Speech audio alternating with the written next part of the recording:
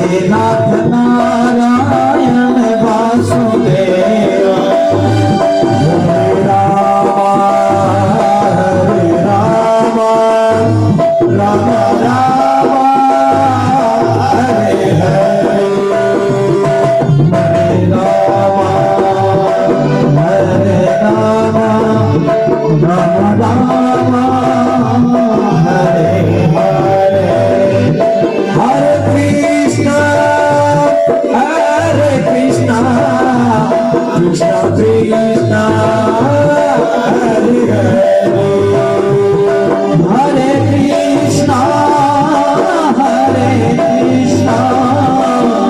कृष्ण कृष्ण हरे हरे ओ श्रीमद् नारायण नारायण नारायण ओ श्रीमद् नारायण नारायण नारायण सद्गुरु नारायण नारायण नारायण श्रीमद् नारायण नारायण नारायण श्रीमद् नारायण नारायण नारायण श्रीमद् नारायण नारायण नारायण ओ श्रीमद् नारायण नारायण नारायण श्रीमद् नारायण नारायण नारायण श्रीमद् नारायण नारायण नारायण श्रीमद् नारायण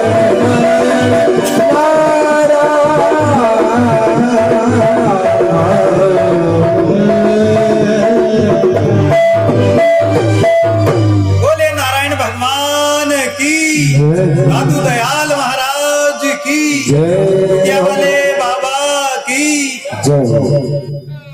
नारायण का नाम ऐसा अद्भुत नाम है, ऐसी महिमा है नाम की। नाम रे हरि नाम रे सकल शिरोमणि नाम रे दुस्तर तारे पार उतारे नरक निवारे नाम रे तारणहारा भवजल पारा निर्मल सारा नाम रे नूर मिलावे तेज मिलावे नूर जगावे तेज मिलावे ज्योति जगावे नाम रे सब सुख दाता अमृत राता दादू माता नाम रे।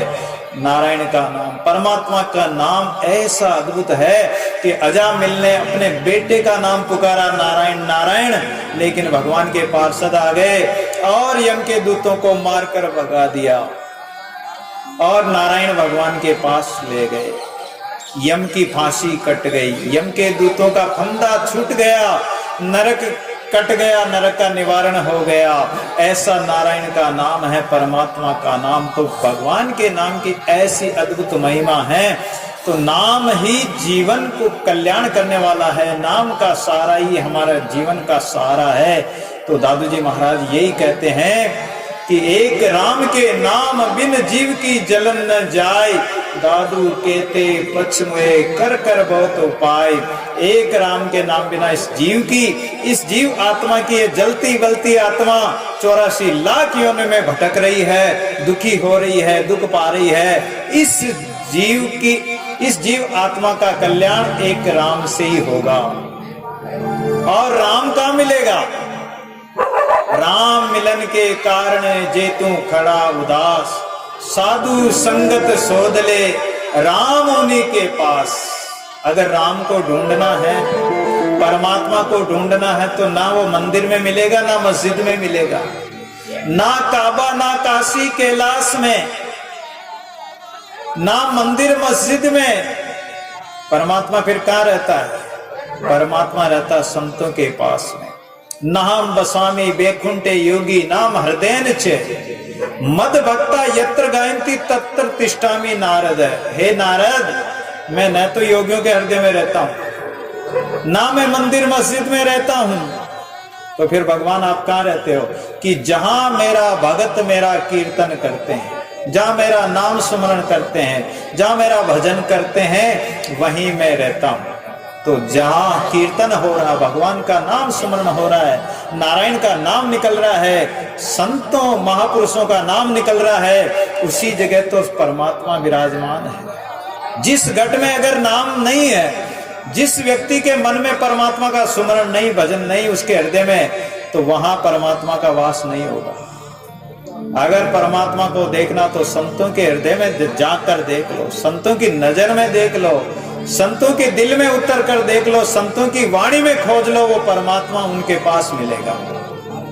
परमात्मा मां है, उसको खोज लो, खोजने वाला चाहिए। विचार करो कि संत महापुरुष राम राम में लगा देते हैं, राम राम स्वयं करते हैं, दूसरों को भी कराते हैं। नहीं तो संतों को क्या पड़ा, जो जनता को इकट्ठा करेंगे, इतना भंडारा करेंगे, इतना माता बच्ची करेंगे और फिर भंडारा करेंगे और राम राम कराएंगे, कथा कराएंगे, कितना मतलब कष्ट उठाना पड़ता है, कितना टेंट तंबू लाइट वगैरह सारी व्यवस्था करनी पड़ती है। संत क्यों करते हैं? ये हमारा कल्याण करने के लिए, हम अज्ञानी प्राणियों का जीवन सफल बनाने के लिए, राम नाम में लगाने के लिए करते हैं। तो दादू जी महाराज ने जब गुरुदेव का ज्ञान प्राप्त किया और दादू जी महाराज को 11 वर्ष की अवस्था में जो दर्शन हुए, जो उपदेश मिला, उसी उपदेश के अनुसार दादू जी महाराज भजन करते थे। 18 वर्ष की अवस्था में दादू जी महाराज ने अहमदाबाद का परित्याग करके और वहां से छोड़कर, अहमदाबाद को छोड़कर धीरे धीरे पेटलाद की तरफ आए। पेटलाद में 2 छोटे छोटे बालक मिले और वो बालक ज्ञानदास और माणकदास दादू जी महाराज को कहते कि महाराज गर्मी बहुत पड़ रही है, धूप पड़ रही है और गर्मी से पसीने पसीने हो रहे हो, महाराज इस पेड़ की छाया में बैठो, आपको शीतलता मिलेगी, आपको शांति मिलेगी। दादू जी महाराज ने कहा कि बच्चों, पेड़ की छाया में बैठने से शांति नहीं मिलेगी। अरे शरीर शीतल हो सकता है बर्फ में लेटने से, या बर्फ के मकान में जाने से शीतलता मिल सकती है, ठंडा पानी पीने से शीतलता मिल सकती है, या सरग जो फूलों की सैया होती है उस पर सोने से शांति शीतलता मिल सकती है। लेकिन हृदय में जो मन में क्लेश है, हर व्यक्ति के मन में क्लेश, किसके क्या दुख, किसके क्या दुख, कोई न कोई हर किसी न किसी प्रकार से दुखी है। किसी की पत्नी नहीं मानती, किसी का पति नहीं मानता, किसी का बेटा नहीं मानता, किसी का परिवार नहीं मानता, तो वो दुखी है। किसी के पास धन नहीं है, किसी के शरीर में रोग आ गया, बीमारी आ गई, तो वो दुखी है। तो सुखी संसार में कोई नहीं है, सब दुखी हैं। तो संसार में क्लेश सबके हृदय में है। तो उस क्लेश का नाश कब होगा? कि जब संतों की संगत करेंगे, संतों का सत्संग मिलेगा। संत के पास ऐसा क्या है जो संतों के सत्संग में हमें शांति मिलेगी या शीतलता मिलेगी? साधु बरसे राम रस अमृत वाणी आई, दादू दर्शन देखता त्रिविध ताप तन जाय। संत महापुरुष ऐसी अमृत की बरसात करते हैं, ऐसी ज्ञान की बरसात करते हैं, ऐसी शीतलता प्रदान होती है, ऐसा मन शांत हो जाता है और मन को बड़ी शीतलता मिलती है। यही तो सत्संगी तो शांत करने वाला है, सत्संगी तो आनंद देने वाला है। और सत्संग में जो आनंद आता है, जो मन को शीतलता मिलती है, जो मन की तृप्ति होती है, इंद्रियां शांत हो जाती है, ऐसा आनंद संसार में कहीं नहीं मिलेगा। संसार में विषयों का आनंद मिलता है। लोग कहते हैं विषयानंद, विषयों का आनंद, वासना का आनंद, खाने पीने का आनंद। आप भोजन कर लो अच्छे से, ऐसे आपको जो पकवान मिष्टान मिठाई पसंद हो वो खा लो। 1 खा लोगे, 2 खा लोगे, 10 खा लोगे, 20 खा लोगे, इससे ज्यादा क्या खाओगे? दाब जाओगे। क्या कहोगे कि नहीं अब नहीं खा सकते। अरे 1 तो और ले लो कि नहीं अब तो नहीं खा सकते हैं, अब अगर खाएंगे खिलाओगे तो हम दुखी होंगे। अरे पहले तो कह रहे थे कि हमें मिठाई नहीं मिलती, मिठाई खाओ लाओ, और मिठाई खाते तो बड़ी खुशी होती, बड़े प्रसन्न होते हैं। लेकिन जब बहुत ज्यादा खा ली तो कहोगे अब तो हम अगर और खाएंगे तो हम परेशान होंगे। बोलो, मिठाई से भोजन से भी आप दुखी हो गए।